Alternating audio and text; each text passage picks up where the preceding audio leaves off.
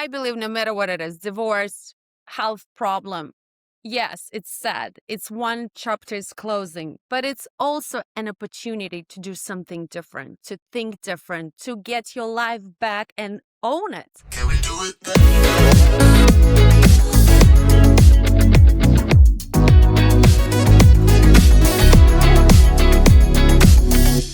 Hello, everybody, and welcome to Influential Women, where we empower, connect, and inspire women who are leading, creating, and redefining what is possible. I'm your host, Jody O'Brien.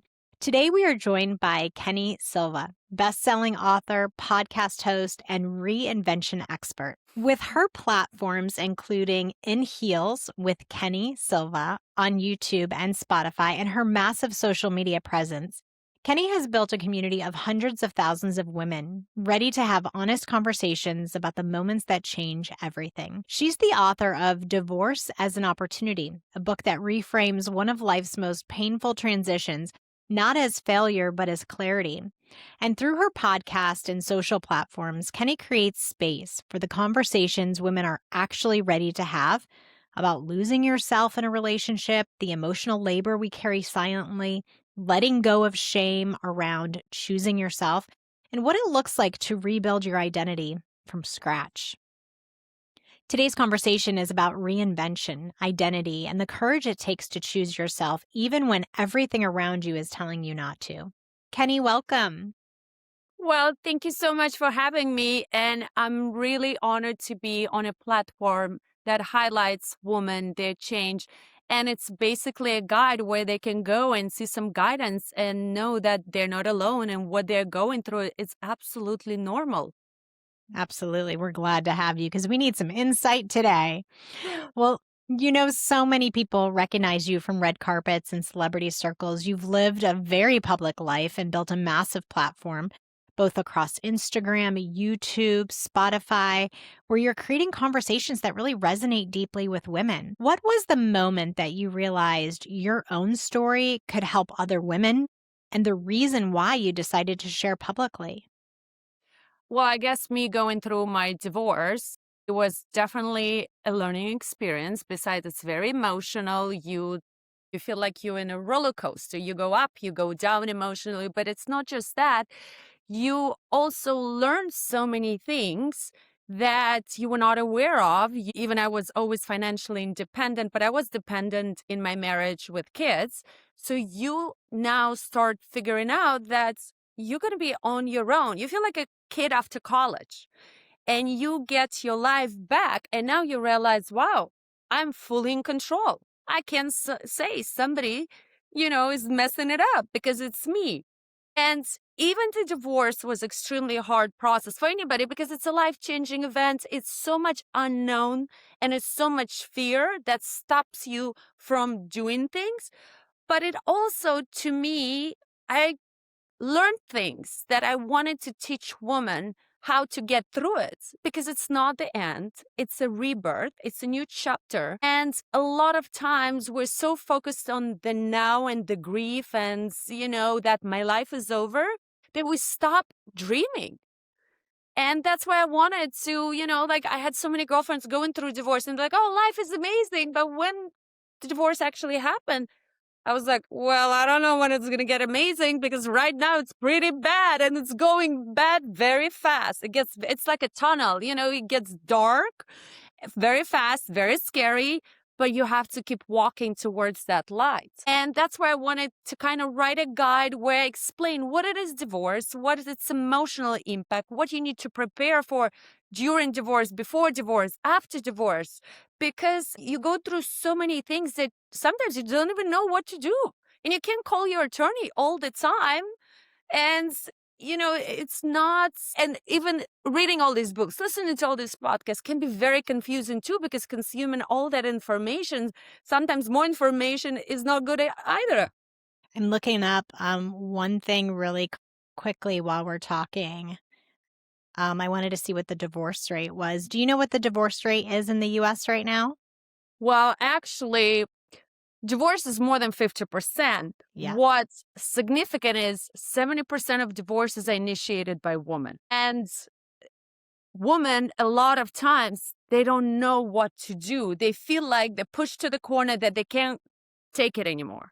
So they file for divorce. And this is where it starts like, whoa, what do I do now? Because, Mhm. for example, I always look at it like this. Divorce is a business transaction. It's just, a lot of paperwork. And you have to look at it as a business transaction in a sense. Yes, there is a procedure. Yes, there is grieving. It's like finding a new job. We don't take that personally. We prepare to get a new job. We prepare. We have time to, give the letter 30 days that I'm going to leave. We prepare ourselves. Think about that since we were raised, that's how it works.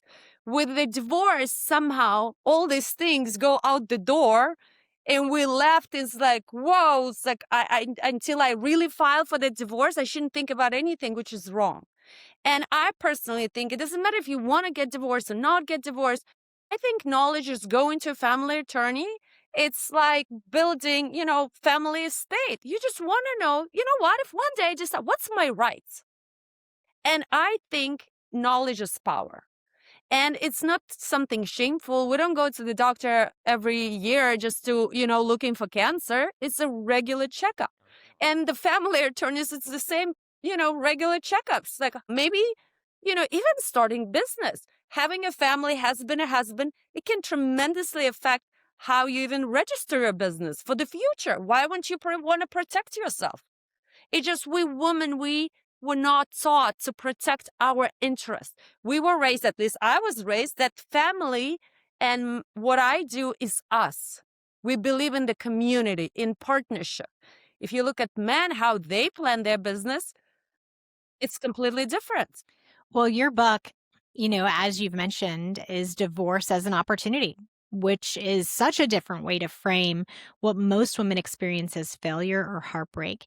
Can you explain your philosophy of seeing it as an opportunity instead of a failure? I believe no matter what it is, divorce, health problem, yes, it's sad. It's one chapter's closing, but it's also an opportunity to do something different, to think different, to get your life back and own it and be in charge of it. And, you know, life is full of experiences. You either have to learn a lesson or, you enjoy it. And everything in life is how you look at it. Yes, we can sit and cry. Why did it happen to me? But what is it going to do? Nothing. But it's actually an opportunity to say, you know what, it didn't work out because of this, this, and this. But now going forward, I can do something different. I can change. And, the part of me writing also a book, I never wrote a book in my life. Even I wanted to share my knowledge, but I was proving to myself I can do something I never did before. And we all can do it. I tell my children every day, I'm like, listen, just because right now you're at the age you're picking colleges, later on in 5, 10 years, you can be somebody else. We're not born to be just one person, one career. Because life, what I wanted in my 20s is something different I wanted in my 30s. What I want now is completely different. We're constantly evolving. The life around us changes. Look, I didn't grow up with cell phones. Now there's no life without cell phones. Everything is changing and we have to adapt to that change. And it's completely normal to constantly want different things or become different. You talk about the emotional labor that women carry quietly in relationships. What does the emotional labor that women carry in relationships actually look like? And when do they start to recognize it? I feel like, especially women who are staying at home and taking care of the kids and the family, they don't have any outside fulfillment. They don't have a job, a hobby. They relate to the emotional regulation based on the family impact, what the kids said, what the husband said. And a lot of times we all know what we women do at home, nobody recognizes it. They don't look at it as something significant or actual work.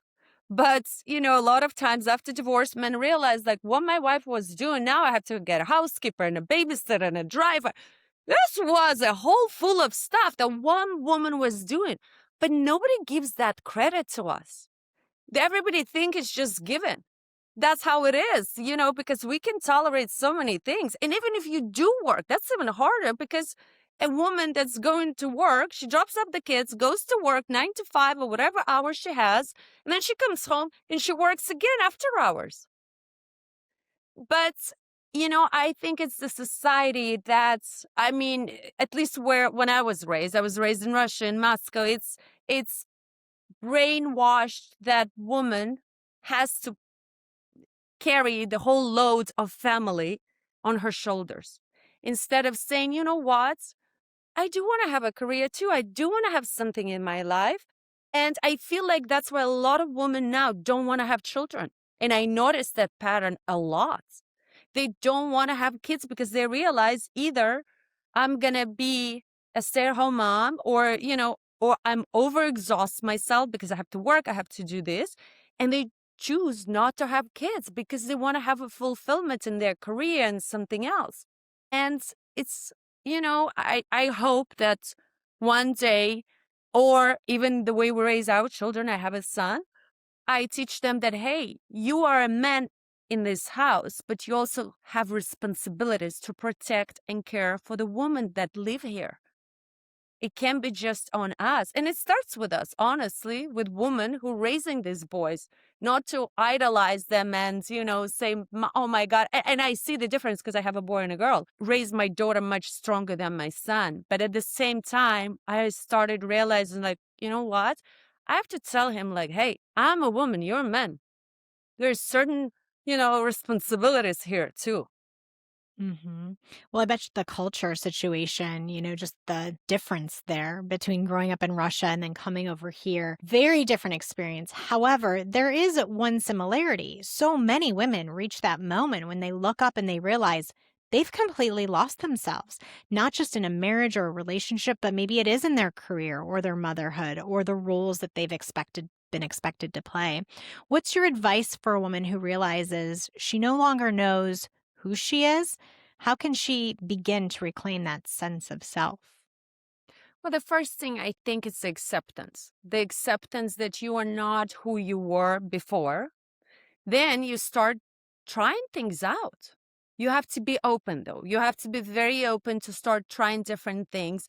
If you want a hobby, if you want a career, don't be afraid don't be afraid to fail. It might not work out from the first time, and it's fine. And don't listen to what other people have to say. Judgment, I think, kills most, like 50% of our dreams. That fear, what is somebody else is going to say? And, just try it out. And it's not easy, but you have to be open to change. One of your talking points is letting go of shame around choosing yourself. I think this is where so many of us get stuck. How did you let go of that shame associated with choosing yourself? And what do you say to women feeling guilty about prioritizing what we need? It was actually very hard for me because for a while I was debating, well, is my happiness worth making 3 people unhappy? It's like 1 to 3 ratio. And then I was thinking, you know what? I wasn't born to sacrifice my life for the benefit of others. We all are born to have a happy and fulfilling life. And also, a happy mother will provide a healthy and happy environment for her children. And just because 2 parents are together doesn't mean their kids are happy. And I tell my kids, you have a loving mom and a loving dad. You still have a family unit. You really didn't lose anything. Yes, it's inconvenience for you to go from home to home, but you have that family unit. It's not about, being all together in the house. It's not about 100%, seeing them every day. It's not. It's how much you talk to them, how much you know them, how much quality time you spent with them. Well, we both know divorce is a life altering transition. And you're not just ending a relationship, you're really rebuilding your entire life, like you said. So, how do you approach the reinvention that comes with divorce? Is it about returning to your former self or becoming someone completely new? I think it depends how long you've been married, who you were before your marriage, and what actually you do. Because a lot of times, going back to yourself, first of all, going back to yourself, you find who you absolutely are at that moment. But it might not be the person you remember yourself before marriage because time changes people. The outside where you live right now, the society, everything changes. So, yes, finding who you are at that moment is very important because without that, you don't even know what you want or where you want to be. And being open that that person that you remember yourself back then can be completely different. And that's okay. Yeah, the questions always come, right? When you go through divorce, who am I? Who am I without him? Who am I as a mother, as a woman, as a person? And it can be terrifying. What has this experience taught you about rediscovering your identity after the divorce? I always knew I was an amazing, and I'm still an amazing mother. I was an amazing wife. I never had a question about that. It was more about what I want my life to be remembered as. And I started thinking about it, and I think it was exactly after pandemic, and that's where a lot of people, it was a spike of divorce because people realize if this is the end of their life, is that's how they want to, end it. And for me, it was like, I didn't discover that passion in life that I had before, maybe, or the goals I wanted to achieve. But now I didn't even know what goals I want to achieve because I was so completely different. And, I've been together with my ex husband for 15 years. So I met him when I was 23. And it was a significant difference. And it wasn't just discovering me, I wanted to feel fulfilled, that my life mattered in a bigger picture, that I can impact the next generation. Or, that's, my platform after my book. I decided to start the whole In Heels because there's so many beautiful stories that can inspire or show that, you know, you can overcome things in life and create something after. And it all takes time and it's okay. I love that you're, talking about creating something new because you don't want to bypass the grief. You want to sit with it just a little bit so that you can learn from it. And there's so much pressure on women to kind of get over it quickly and turn our trauma into maybe a lesson or a platform. But you're talking about something different. You're saying feel the grief, sit in it, and then build from there. Can you discuss the importance of honoring that grief while also turning your pain into purpose? You know, when you don't process what's happening and the grief and you just rush on the other side, the grief is not going anywhere. It just gets stuck in your body, which also results in some health problems. It results later on, maybe when something else triggers that pain years down the line. So it's in you. And it's not just divorce. I actually do it every day or when I have a problem or something going on. I literally put the timer on. I would say, like, hey, today is my grieving day. I write it down what I'm grieving about, what I'm letting go. And I'm processing and I'm allowing myself to go through the emotion, to cry it out. We're all humans. That's absolutely normal. It's not normal to, just say it, okay. And we women do it a lot, trust me, because we just don't have time to give ourselves. And that's where self love comes. Not from going to the spa and putting a mask on, for allowing yourself to feel and say, it's okay to be hurt. It's okay to grieve. It's okay to allow myself just to have this day. That's what self love is. And grieving, you're going to feel so much better, maybe not instant, but you're not going to feel like you're bottling something up. You're acknowledging the pain because there is pain. And a lot of times when they say, you know what, just move on.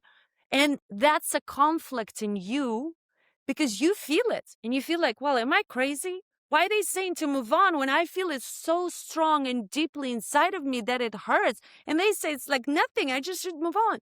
And the conflict that gives that an anxiety, that resentment towards going forward. So it doesn't do anything. And when you sit in it, you grieve, you let go. This is when you're ready to take that next step.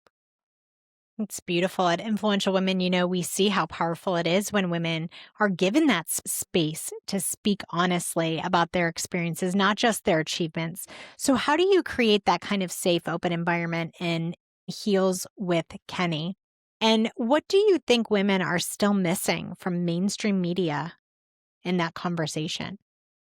Well, what I create, so I have different amazing people who had journeys from surviving, healing to rediscovering themselves. Or I have experts who can just, help you get there, from fertility to, divorce attorneys to therapists. And the point is, I think a lot of us always concentrate on the bad versus the good. And this is where the change starts within you. Yes, things happen to people, but you can also look at it as like, well, this is just a bad experience. It doesn't justify that this is my life. No. And the reason I wanted to start talk show, that's the guests who went through something will inspire and give hope to others who are going through, and the experts who I have will give them tools how to do it. And, like this week, we have an amazing guest, Lisa, who wrote a book, No Drama.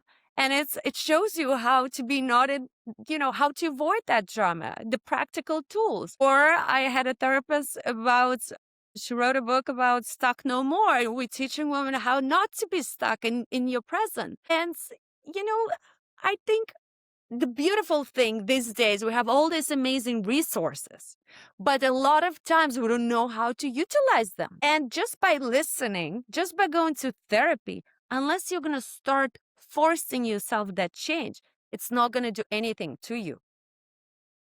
One of our favorite questions to ask guests is one that kind of can get emotional sometimes. So, if you could go back 15 to 20 years and speak to your younger self, what advice would you give her? What would you want her to know? I would definitely tell her one thing. Life goes so fast. Don't waste any time on overthinking.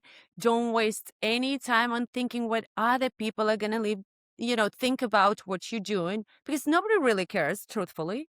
It's only you, and use it wisely, because you can make more money. You can buy more time. Time and health is the biggest assets you can have. Well, Keni, thank you so much for your honesty and reminding women that choosing yourself isn't selfish, it's necessary.